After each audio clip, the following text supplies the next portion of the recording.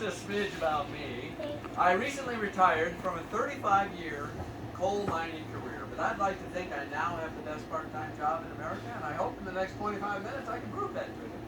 But before we begin, I just want to say, on behalf of Crazy Horse Memorial, thank you so much for being here today, because truly, it is your attendance and donations that make all this possible. We've never taken a nickel of government funding, nor will we, but for you being here today, that's what makes this journey possible, and for that, thank you. I do mean that. Now let's go have some fun. Or as Korczak used to say to the mountain, you're about to be blown away! Yeah. And that's the only pun I'm going to say on this entire tour. I did have one more, but I nixed it because I just don't want to be taken for granted. And then I snuck it in. Here we go. Fun begins now. You are so welcome. Delighted to have you. Well, folks, I think you'll get a real kick out of this. We just celebrated our 71st anniversary. Can you believe that? We've been at this endeavor for 71 years.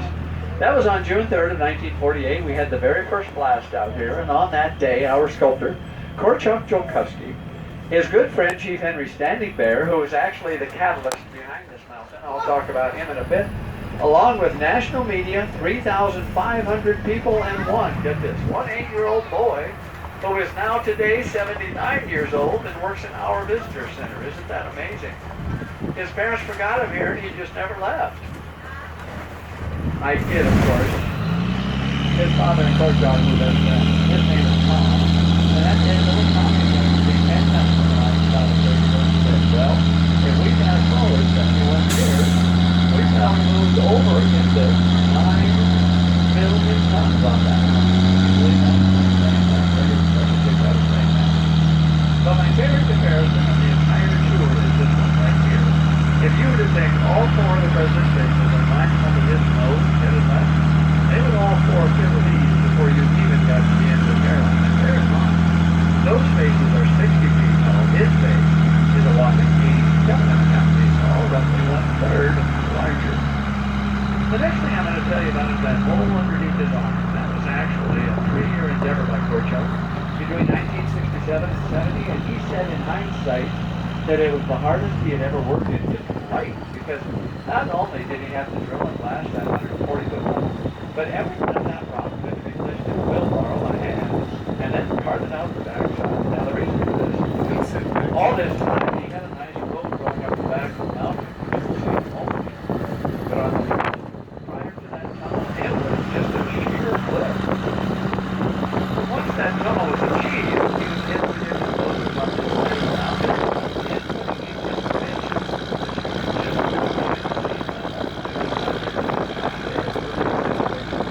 There are very glad of those, which they were at one funeral. And here's the thing, if you were to look at that area, which they were, that mountain actually resembled the wedding ring. Now it turns out, I said, Korczak, why did you do it in this fashion? And he said, because I never want to dynamite away what I'm going to need to stand on later to do my carving. That makes perfect sense. You can also begin to see a lot of that nice thing on the radio there. That's the river those two things, and the college campus doubles I think a lot of time.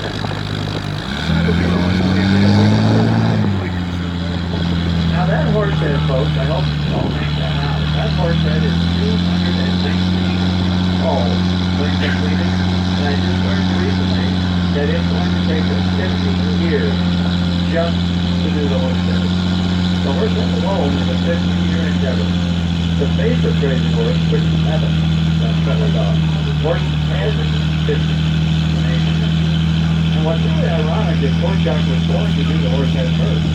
When he passed away suddenly in 1982 at the age of 74, his wife took her over the very next day. She thought about it for about 5 years, and then she went to the board of directors and said, fellas, we need to do the face of Crazy Horse first, and I'll tell you why. It's easier to get at, it's going to cost less money, and I think it's really going to help with attendance. Well, as it turned out, all 3 of those things were true, because ever since we unveiled that face on June 3rd of 1998, our attendance has skyrocketed, and today we play host to over 1 million visitors out here a year. Now, it's always at this time during the tour I ask for the show of hands, how many people have seen the 22-minute movie Inside the Museum? Several? Okay. If you can't, at least put that on your itinerary today because it's a marvelous history lesson. But the reason I ask that is because this dozer at the end of the cul-de-sac, this is the one his son Casimir drove off the cliff back in 1976.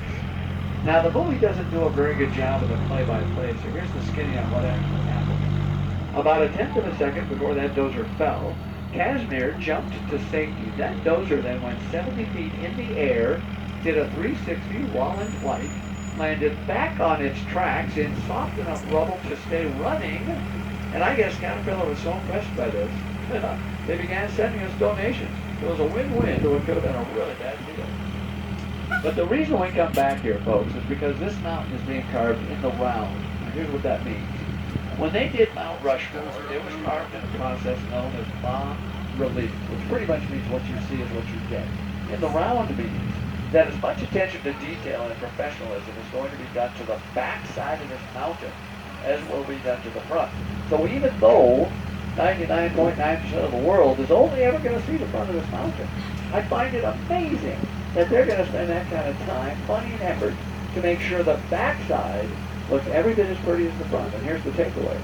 You on this tour are getting to see that rare glimpse of what very few people will ever see, the backside of this mountain, and I think that's pretty cool.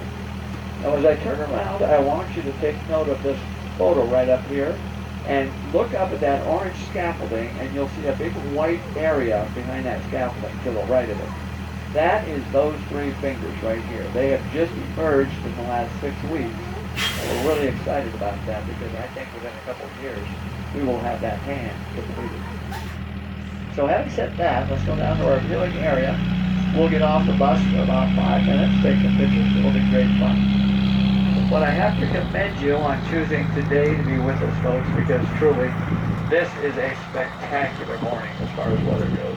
South Dakota plays host to about 90% of the time lousy weather. It's either rainy, snowy, droopy, sleepy, sneezy, the other dwarfs. It's horrible here. But today is a perfect day. And I think we're building this really Korczak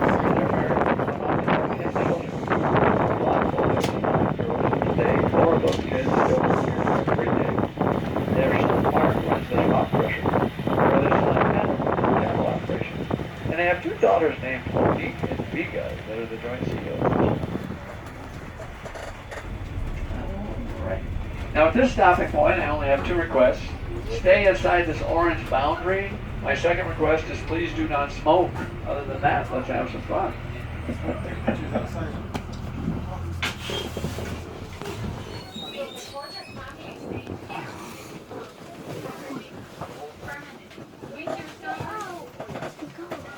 Wait for everybody else to get off the bus first. We're in the back.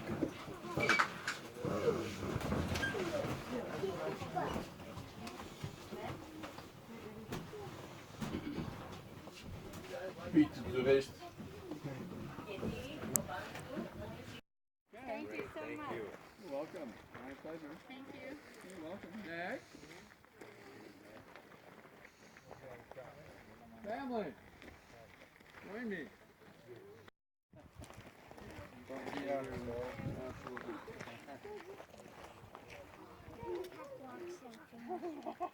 Photografia. What country? And he wins first prize at the World's Fair in New York City for his carving of Paderewski. This made him famous and came to the attention of Chief Henry Standybear, who wrote that letter. But folks, it wasn't that. It was this conversation 7 years later, and it goes just like this. Shortly before he passed away, a fellow by the name of Black Elk came up to Korczak and said, "Hey, Korczak, did you realize that my cousin, Crazy Horse, who was 23 years my senior, whenever he rode into battle, he always had a stone behind his left ear wrapped in leather?" Korczak said, "Gee, I didn't know that." And then he said, "And did you realize that 2 days before he went down to Camp Robinson, Nebraska to turn himself in, and then once he got there was stabbed in the back by a soldier and killed, that he had gathered his tribe together, and holding that stone to his ear as he said it, he told them, 'After my death,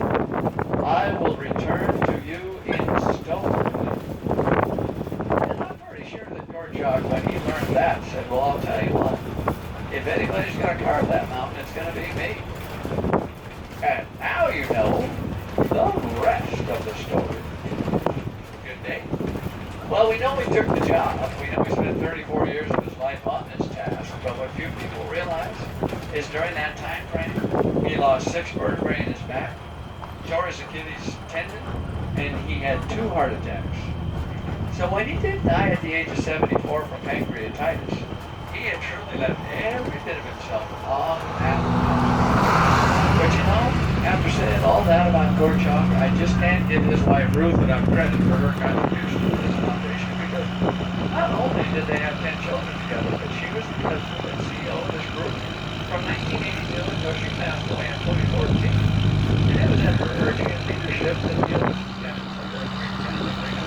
forever even achieved in the first place, because the mission statement of 1948 clearly says, this is to be a 3-part tribute to the Native Americans.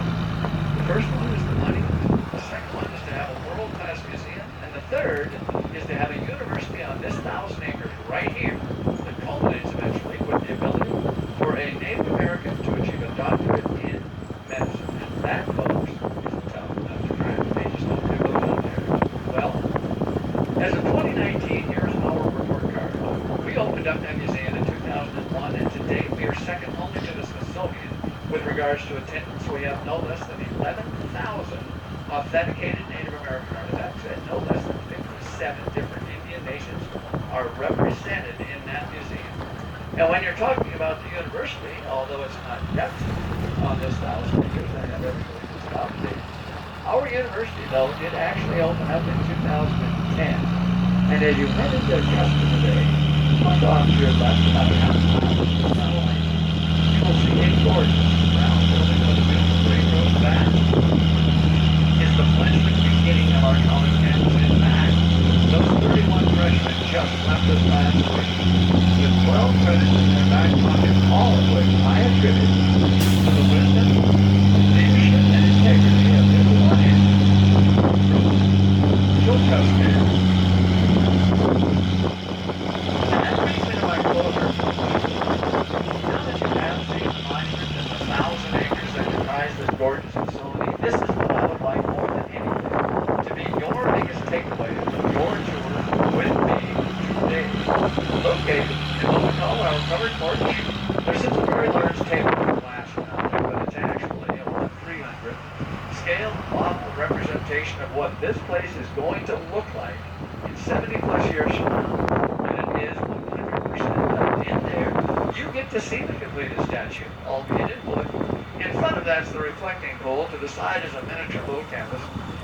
It even has its own football stadium. It's very impressive. It's located, folks, behind those golden gates right in front of me.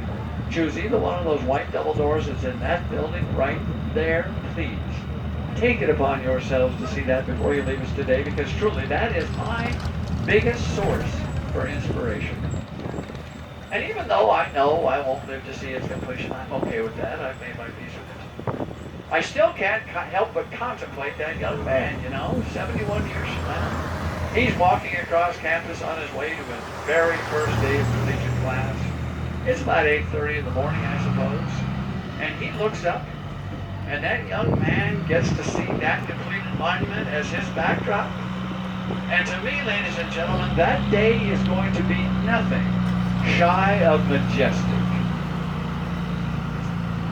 Well, that's my tour, folks. I hope you enjoyed it.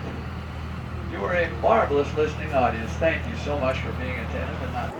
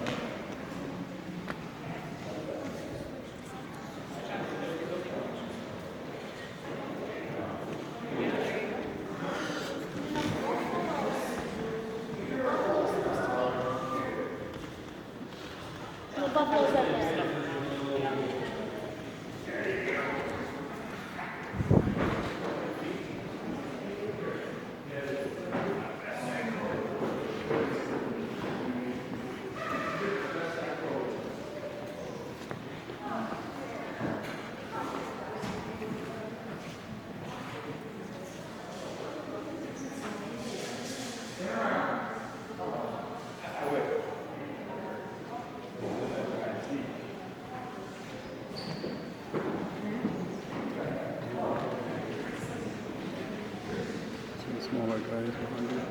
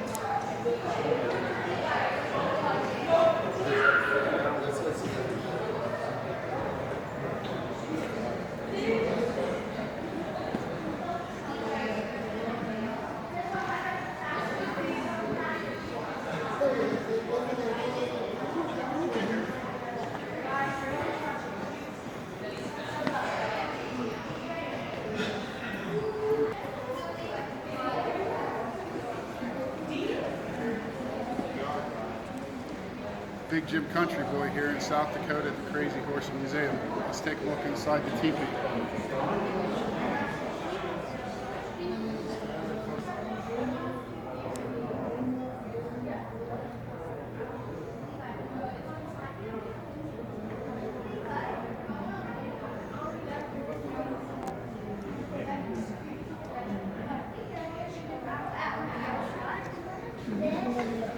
What's your dad? Oh my gosh.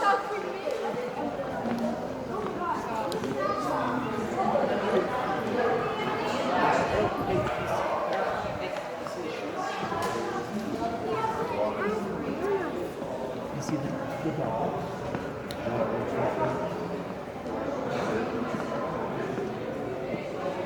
Line me up so I look like the chief and take my picture. Look behind me.